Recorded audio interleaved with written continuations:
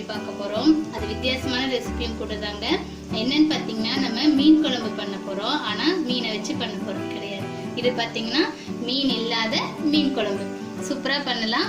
இது நான் என்ன வெஜிடபிள் வச்சு பண்ணியிருக்கேன் அப்படின்னு சொல்லிட்டு நீங்கள் ஃபுல் வீடியோ பார்த்து தெரிஞ்சுக்கோங்க. இப்போ நம்ம வீடியோக்குள்ளே ஃபஸ்ட்டு பாருங்கள். நான் வந்து மண் சட்டி வச்சுருக்கேன். மண் சட்டியில் தான் பண்ணணும்னு கிடையாது, நீங்கள் வந்துட்டு பேனில் கூட பண்ணிக்கலாம்.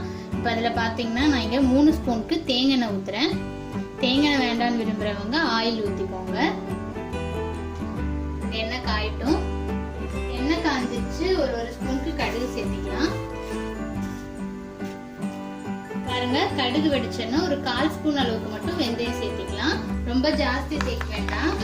இப்போ இது கூட பார்த்தீங்கன்னா பொடி பொடியாக அரிஞ்ச பூண்டு, ஒரு 20 பல் பூண்டு இருக்கும், அதை சேர்த்திக்கலாம். கூடயே பார்த்தீங்கன்னா கொஞ்சமாக இஞ்சி, இது பார்த்தீங்கன்னா நான் நீளமாக அரிஞ்சு வச்சுருக்கேன், அது சேர்த்துக்கலாம். கூடயே கருவேப்பிலை,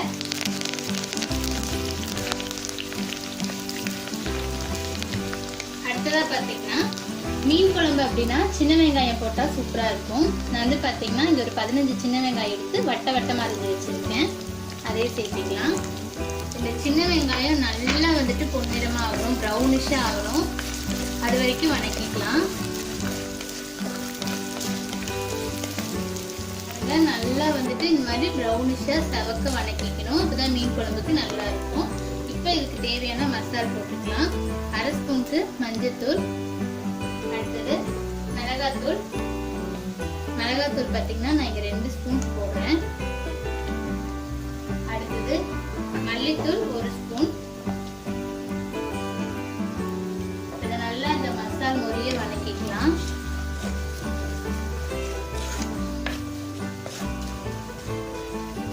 பார்த்தீங்கன்னா 2 குட்டி தக்காளி, மீடியம் சைஸ் தக்காளினா 1 போதும், இந்த மாதிரி கட் பண்ணி வச்சுருக்கேன். அதை சேர்த்துப்போம். தக்காளி உடையணும். ஒரு 2 நிமிஷம் மட்டும் அடைச்சு லோ ஃப்ளேமில் வச்சுக்கலாம். தக்காளி மசிஞ்சோன்னு பார்த்தீங்கன்னா 1 லெமன் சைஸ்க்கு புளி கரைச்சி வச்சுருக்கேன், அது இதில் சேர்த்திடுவோம். கூடயே பார்த்தீங்கன்னா வந்து கேரளா ஸ்டைலில் பண்ணுறேன், அதனால வந்துட்டு குடம்புளி எடுத்திருக்கேன். இது ஆப்ஷனல் தான், இது வேணும்னு கிடையாது. நீங்கள் அந்த புளி மட்டும் சேர்த்துனா கூட போதும். நான் இது வந்து ஒரு புளி வந்து தண்ணியில் ஊற வச்சு வச்சுருக்கேன், ஒரு 10 நிமிஷம். அதே தண்ணியோட இதில் சேர்த்திக்கிறேன். இப்போ கூட பார்த்தீங்கன்னா 1 கிளாஸ்க்கு தண்ணி சேர்த்திக்கலாம். நம்ம இது வரைக்கும் தேவையான அளவுக்கு உப்பு போடலை. இப்போ வந்து தேவையான அளவு உப்பு சேர்த்திக்கலாம்.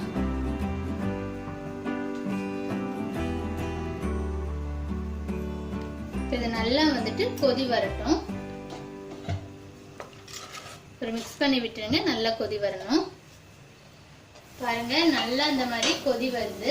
இந்த மாதிரி நல்லா கொதி வரும்போது பார்த்தீங்கன்னா இப்போ நம்ம மெயினான இன்கிரீடியன்ஸ், நம்ம வந்துட்டு மீன் இல்லாமல் மீன் குழம்பு வைக்கிறோம் இல்லையா, அதுக்கு பதிலாக நம்ம என்ன காய் சேர்க்க போறோம்னா, நான் பார்த்தீங்கன்னா இங்கே வாழைக்காய், ஒரு வாழைக்காய் எடுத்துட்டு க்ளீன் பண்ணி நம்ம பஜ்ஜிக்கு கட் பண்ணுவோம் இல்லையா, அந்த மாதிரி கட் பண்ணியிருக்கோம். இந்த மாதிரி போடுறப்ப பார்க்க மீன் மாதிரியே இருக்கும், அதனால நான் வாழைக்காய் எடுத்திருக்கேன். இது வந்துட்டு நீங்க பாத்தீங்கன்னா புடலங்காலையும் அதே மாதிரி பாத்தீங்கன்னா கத்திரிக்காய் எல்லாம் கூட பண்ணலாம். இப்படியே வந்துட்டு மீன் குழம்பு மாதிரி பண்ணி நீங்க வந்துட்டு வாழைக்காய், கத்திரிக்காய், புடலங்காய் அது மாதிரி போட்டுக்கலாம். இதெல்லாம் போட்டுட்டு மிக்ஸ் பண்ணி விட்டுலாம். பாருங்க, இப்ப அடைச்சு வச்சு பாத்தீங்கன்னா 10 நிமிஷம் மீடியம் ஃப்ளேம்ல வேக வைக்கணும். வாழைக்காய் வேகிறதுக்கு அவ்வளோ டைமே போதும். ஒரு 10 நிமிஷம் நம்ம வந்து மீடியம் ஃப்ளேம்ல வச்சு அடைச்சு வச்சிருவோம். நம்ம வாழைக்காய் வெந்து வரட்டும். அதுக்கு முந்தி பார்த்தீங்கன்னா கூடையே பார்த்தீங்கன்னா நான் பச்சை கருவேப்பிலை இந்த மாதிரி ஒரு தண்டோட இப்படி சேர்க்கிறேன். இது வந்து நல்லா பச்சை கருவேப்பிலோட வாசனை இது கூட சேரும்போது சூப்பராக இருக்கும். ஒரு 10 நிமிஷம் கழிச்சு பார்க்கலாம். 10 நிமிஷம் ஆயிடுச்சு, ஓப்பன் பண்ணிடலாம். வாழைக்காய் வெந்துருச்சான்னு சொல்லி பாருங்க. நான் பார்த்துட்டேன், வெந்துருச்சு. பாருங்க, அடுப்பு நிறுத்திடலாம். அவ்வளோதான், சூப்பரான மீன் இல்லாத மீன் கறி தயாராகிடுச்சு. இந்த மாதிரி ட்ரை பண்ணி பாருங்க.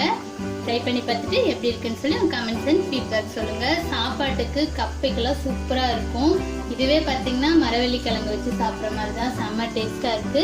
இது வந்துட்டு நீங்கள் வெறும் இந்த சாறு மட்டும் எடுத்து கொடுத்தீங்கன்னா இது மீன் குழம்புன்னு தான் சொல்லுவாங்க. சூப்பராக இருக்கும், ட்ரை பண்ணி பாருங்க. இது வந்து இந்த புரட்டாசி மாசம்லாம் கூட பார்த்தீங்கன்னா நான்வெஜ் சாப்பிட முடியாதவங்களுக்குலாம் கூட பார்த்தீங்கன்னா இது கொடுத்தீங்கன்னா அப்படியே அவங்களுக்கு அந்த ஃபீல் சூப்பராக இருக்கும். பாருங்க, இந்த மாதிரி செஞ்சு பாருங்க. மறக்காம எல்லாருக்கும் ஷேர் பண்ணுங்க. நம்ம சேனல் இது வரைக்கும் சப்ஸ்கிரைப் பண்ணாதவங்களா இருந்தா சப்ஸ்கிரைப் பண்ணிட்டு பெல் பட்டன் பிரஸ் பண்ணுங்க. தேங்க்யூ.